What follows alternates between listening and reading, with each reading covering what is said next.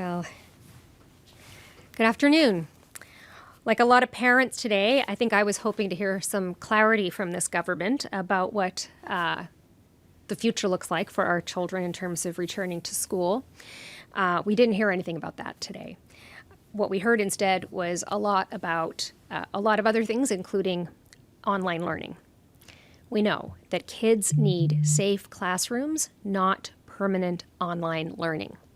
It's extremely clear from today's update that Doug Ford and Stephen Lecce are trying to push the province forward toward permanent online learning.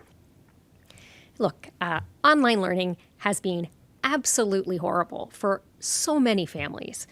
It's hurt kids' mental health, it's hurt learning, it's hurt achievement and grades, it's forced parents out of the workforce, it's made the playing field very uneven.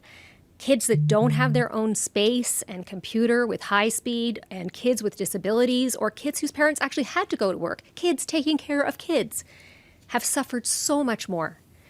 It's pretty clear that planning for online learning for the entire next school year is not just about COVID-19, it's about the government saving money off the backs of our kids, and it always has been.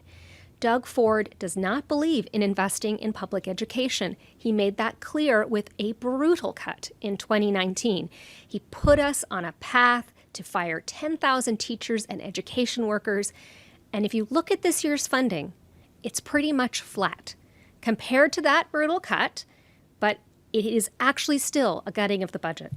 The vast majority of families want schools to be made safe so kids can go back to safe and small classrooms.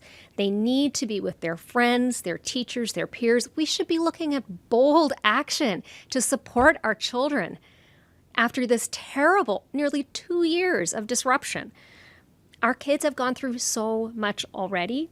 It is time to invest in getting them back on track, and that is missing from this government's plan today. We need COVID-safe, capped class sizes with better ventilation. We need more permanent mental health supports, more supports for all our students and our teachers who are exhausted. We need smaller class sizes so our children can have more one-on-one attention. This should be this government's priority, and I think today's announcement was very, very disappointing. Thank you. Happy to take questions. Ladies and gentlemen, as a reminder, should you have any questions, please press star 1.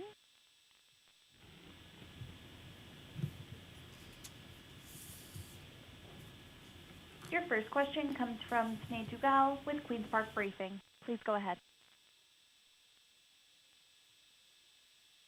Hi, Marit. Thanks for taking our questions. Sorry, I missed your comments just off the top. I wanted to get your thoughts on the fact that boards will be required to offer online learning next year. And do you agree with the government that, at this point, given the uncertainty with the pandemic, that families deserve this choice? What I heard today from the minister was he's given up. To me, that was, I've given up.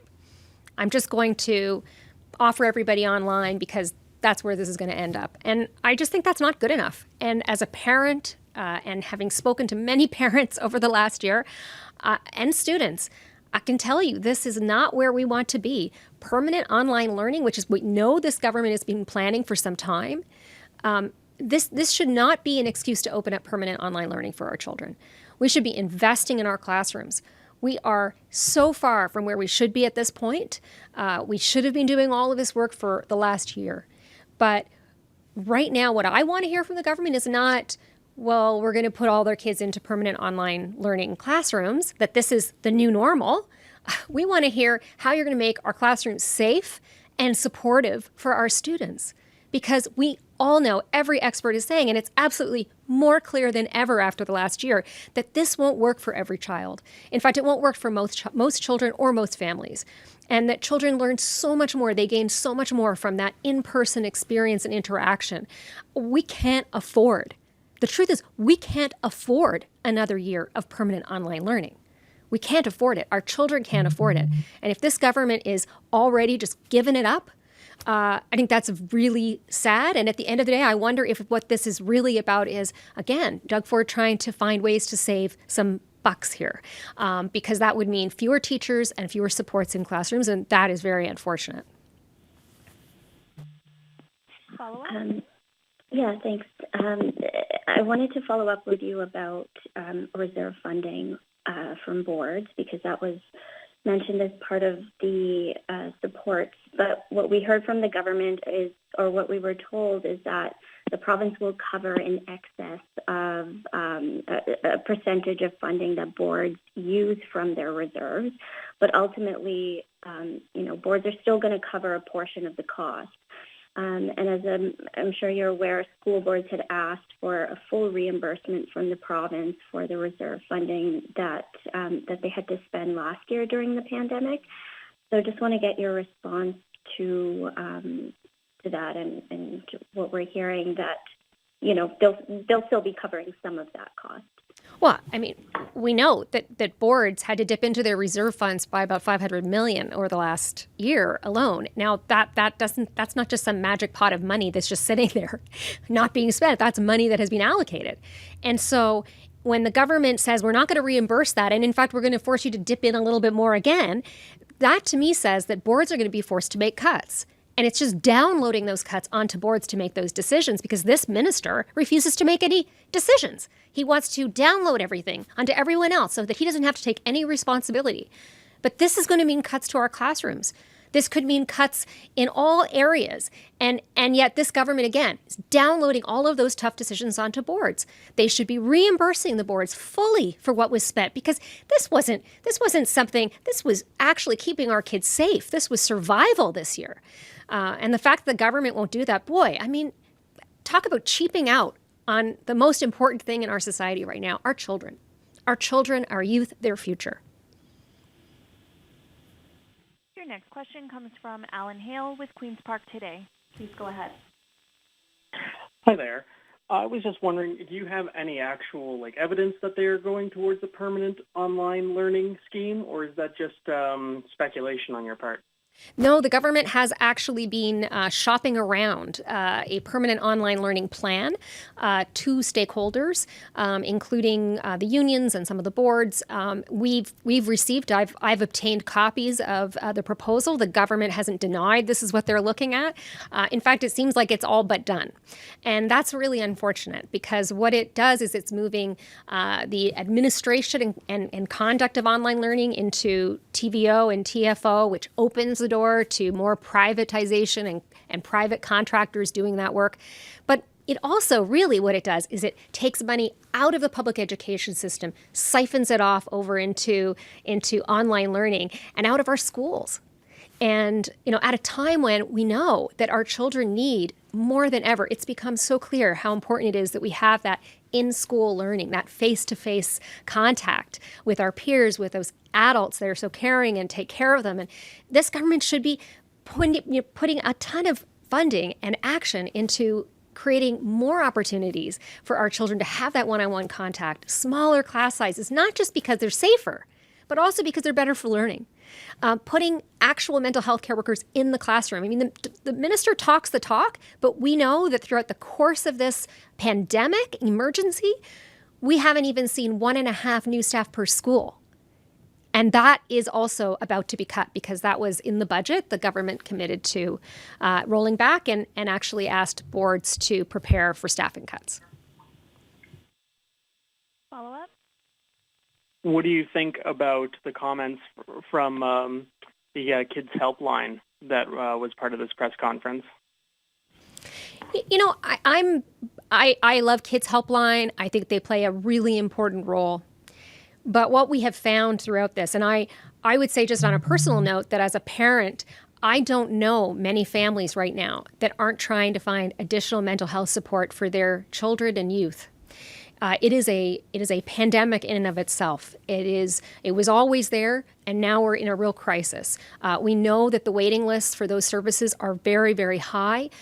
Some clinics that actually deal with eating disorders are talking about 80% increases in the number of calls they're getting. We're in a crisis, and what I want to see is actually mental health teams in every school. I mean, I think this is a time to be ambitious. We need to support those kids now, or we will pay the price. They will pay the price down the road. So we need to put those supports in place right now. We need to make sure that the educational assistance is there as well. And again, I mean, the government's plan that was released today has a lot of good words, but there isn't really the dollars attached to actually make that happen. And actually, the biggest takeaway I have is that this is really all about moving and continuing this online learning for the next year. Ladies and gentlemen, as a reminder, should you have any questions, please press star 1. Your next question comes from Chris Rishowi with the Toronto Star. Please go ahead. Oh, hi there. Thank you. I'm just wondering, what did you want to hear from the minister today regarding this school year? Were you looking for a date when kids might return, or maybe a promise of some date that he would let parents know? I think that the lack of clarity has been extraordinary from this minister and continues to be. I mean, there's no question that I know that's what a lot of parents are looking for. At very least, what I was hoping we would see today is a commitment to an ambitious plan for how to do learning recovery for our kids.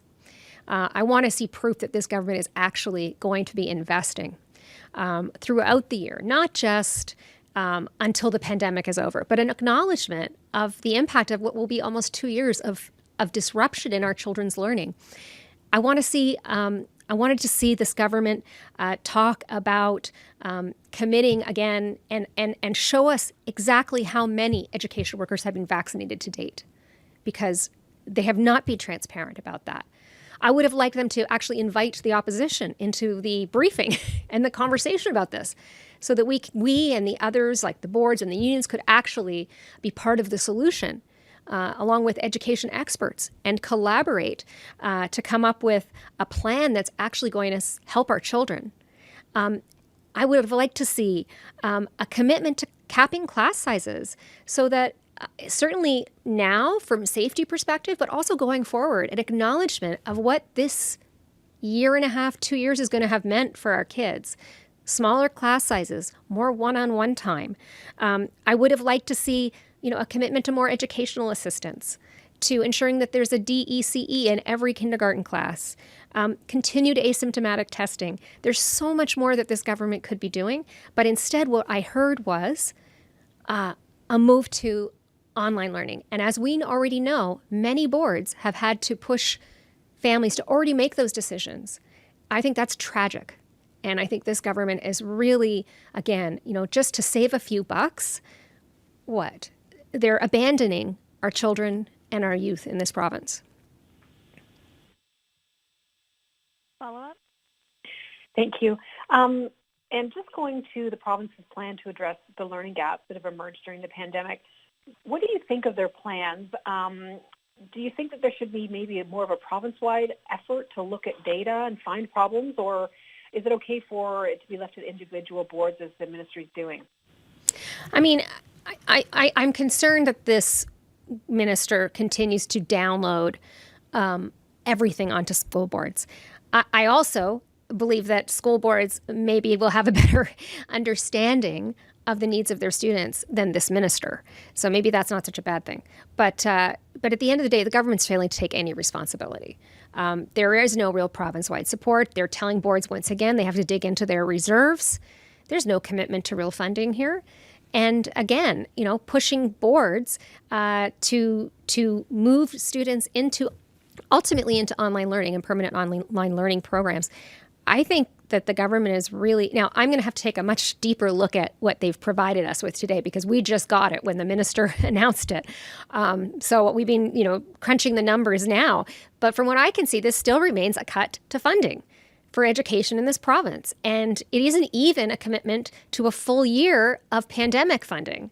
And the impact of the pandemic is going to go way beyond just this moment. Once the pandemic is over, or kids are back in school, supposedly, they're going to need so many additional supports. Our children are traumatized. Some kids have suffered more than others. There's no question. But we need to make sure we invest now. Every expert around the world is saying that is critical to our success, and it's critical to our children's success in the future. We've got to get this right. And what I saw the government do today was, a lot of nice talk, but no real actual funding commitment and no real plan to get us there. There are no further questions.